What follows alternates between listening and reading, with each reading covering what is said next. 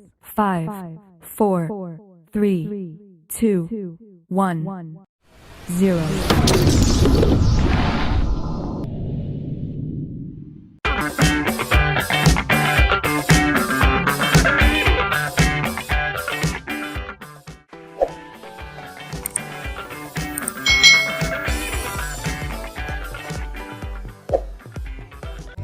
Hai, selamat datang di channel YouTube Kak Citra. Apa kabar adik-adik semuanya? Kak Citra berharap kalian dalam keadaan yang baik, sehat, dan siap untuk belajar ya.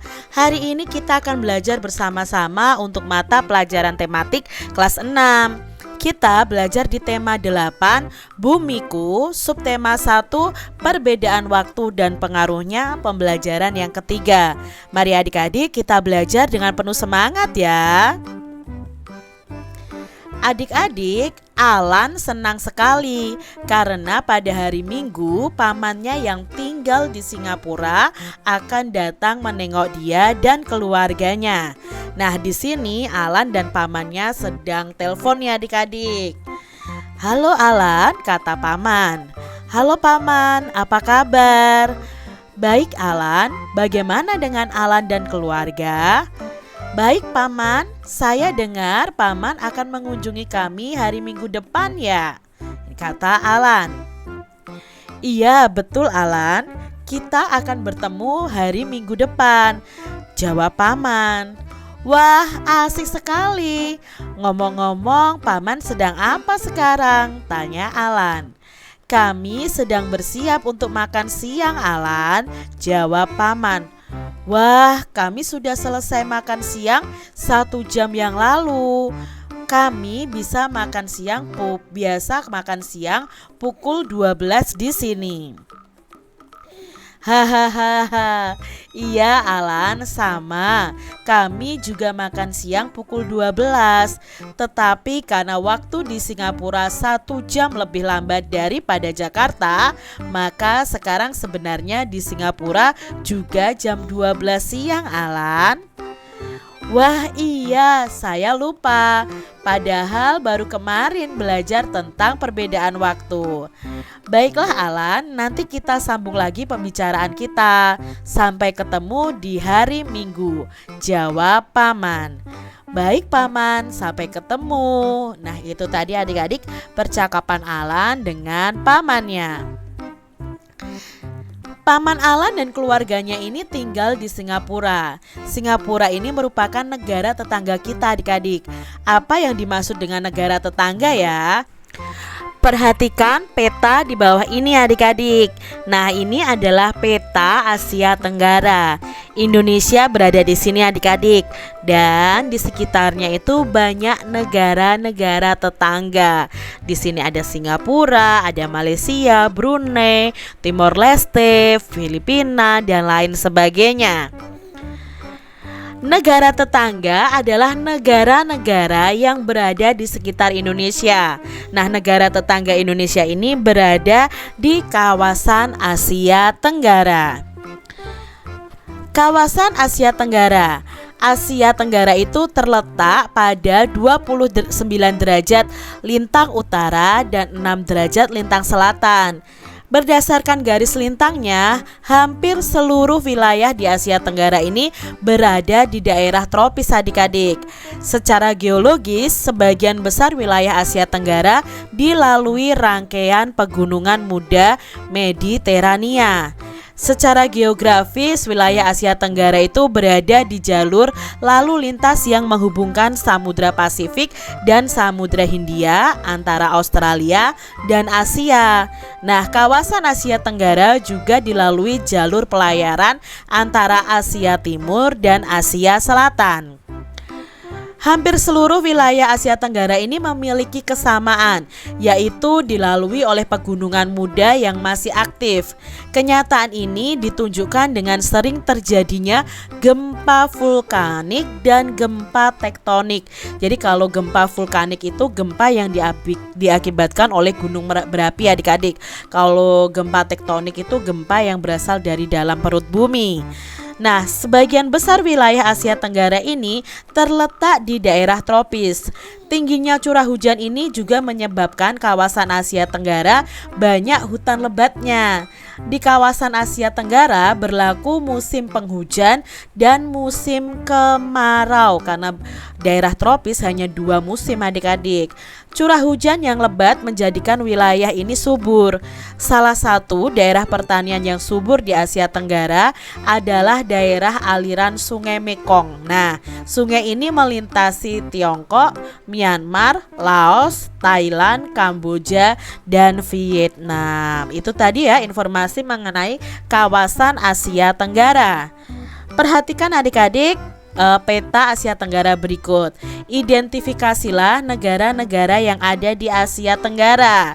Nah, negara-negara yang terletak di kawasan Asia Tenggara adalah ada Brunei Darussalam, ada Indonesia, Kamboja, Laos, Malaysia, ada Myanmar, lalu ada Filipina, ada Singapura, ada Thailand, Timor Leste, dan Vietnam. Nah, adik-adik, sekarang kita amati peta dari negara Singapura, tempat pamannya Alan tadi. Ini adalah peta dari Singapura. Negara ini adalah negara kecil adik-adik, sangat kecil. Jadi tidak sebesar negara Indonesia. Negara ini penduduknya pun tidak banyak ya, penduduknya sedikit. Tetapi Singapura ini negara maju loh adik-adik. Yuk kita pelajari lebih lanjut tentang negara Singapura ini. Keadaan alam negara Singapura. Nah, Singapura merupakan negara kepulauan. Pulau Singapura dengan ukuran panjang 41,8 km dan lebarnya 22,9 km ini merupakan pulau terbesar di negara itu. Hampir semua wilayahnya berupa dataran rendah.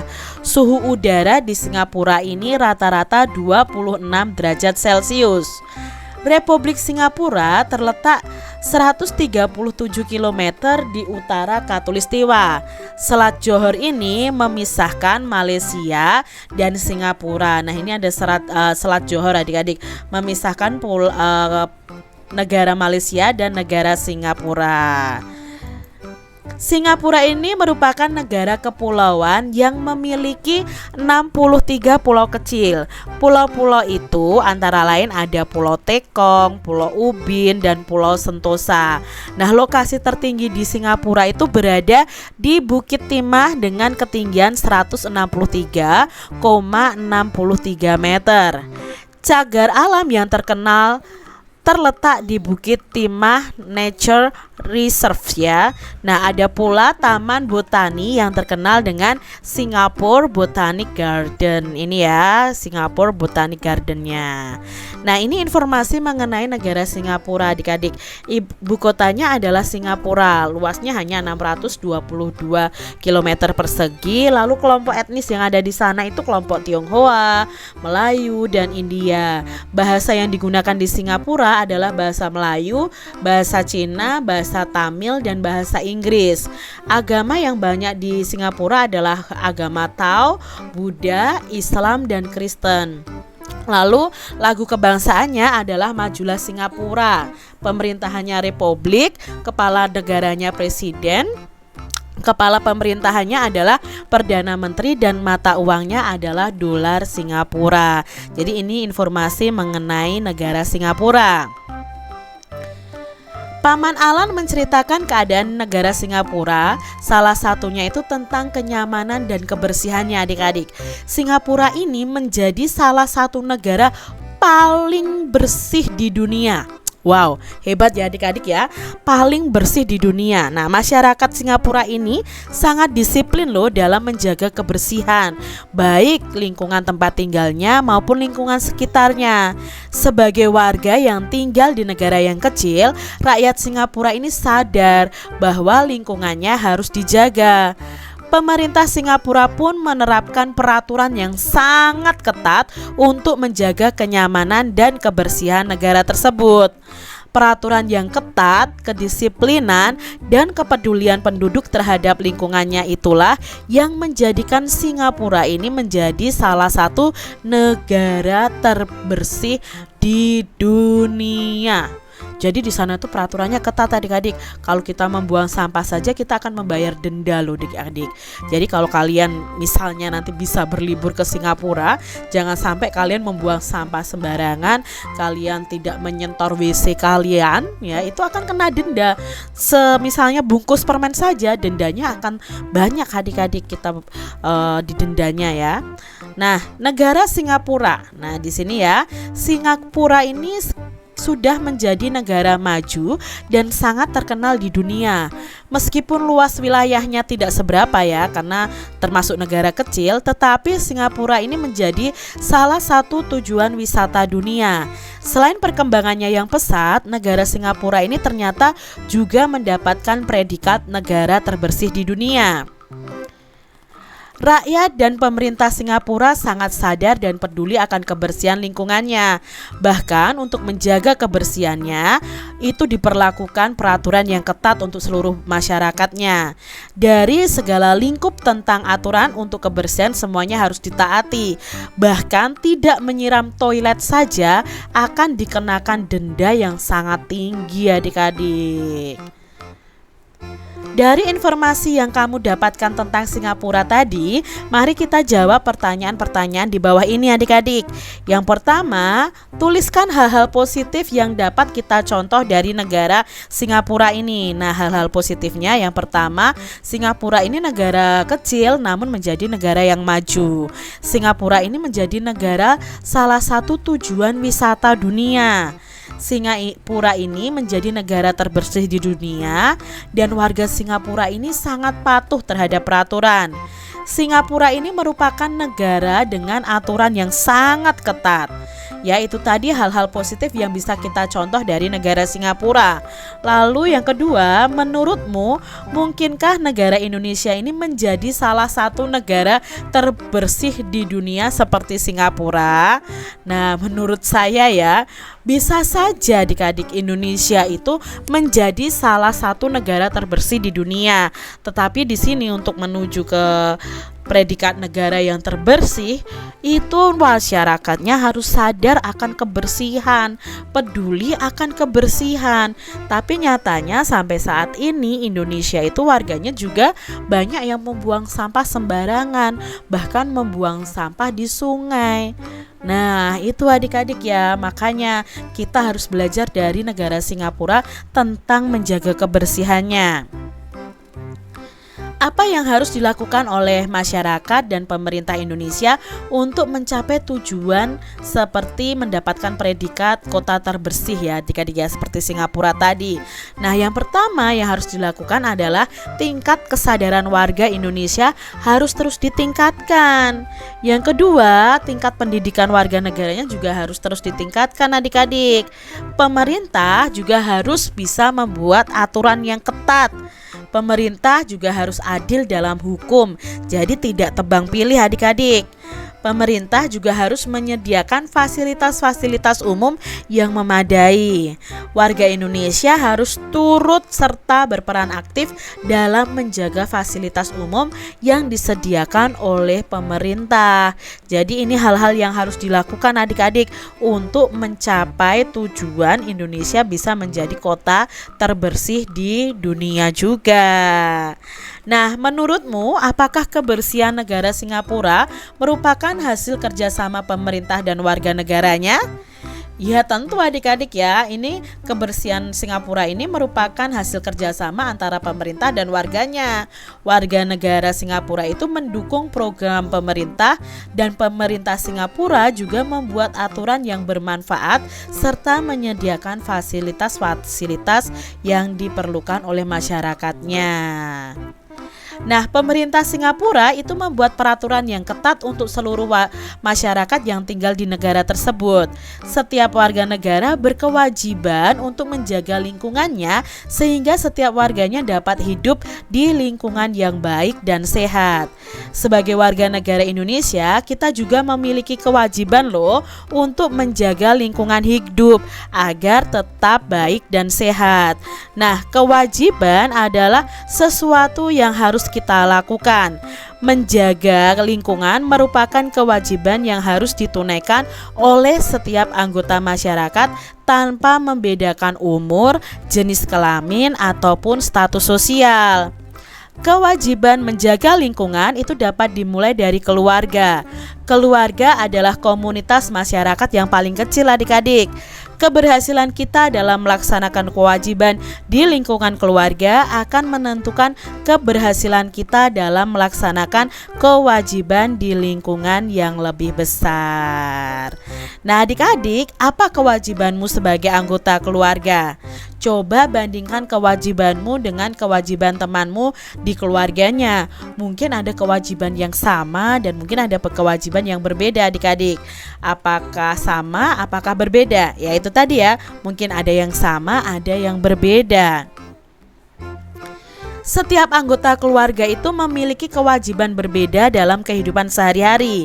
Setiap keluarga pun memiliki kewajiban bekerja sama untuk memastikan kehidupan bermasyarakat itu berjalan dengan baik. Nah, salah satu kewajiban setiap keluarga dalam kehidupan bermasyarakat adalah menjaga kebersihan dan kesehatan lingkungan. Apa yang dapat kita lakukan di rumah untuk menjaga lingkungan kita adik-adik? Yang pertama yang bisa kalian lakukan adalah membuang sampah pada tempatnya, menanam pohon di sekitar rumah, menjaga kebersihan lingkungan rumah, tidak membuang sampah di sungai, mendaur ulang sampah menjadi kompos, terutama ini sampah-sampah yang mudah membusuk adik-adik. Memisahkan sampah sesuai dengan jenisnya. Kalau di Singapura itu adik-adik, sampahnya itu dipisahkan sesuai jenisnya adik-adik.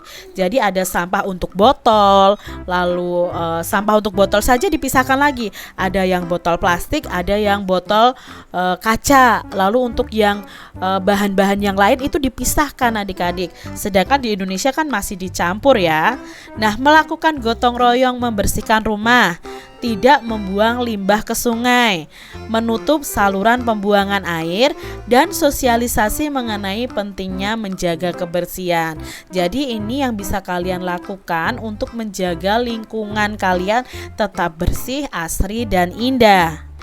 Demikian tadi adik-adik pembahasan kita di tema 8 subtema 1 pembelajaran yang ketiga. Semoga video pembelajaran ini bermanfaat untuk adik-adik semuanya, dan sampai jumpa lagi di video pembelajaran Kak Citra selanjutnya. Tuhan memberkati.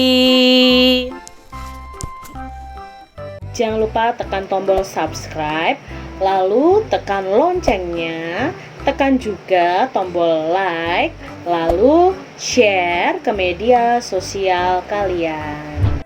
Jangan lupa untuk ikuti media sosial Kak Citra. Terima kasih.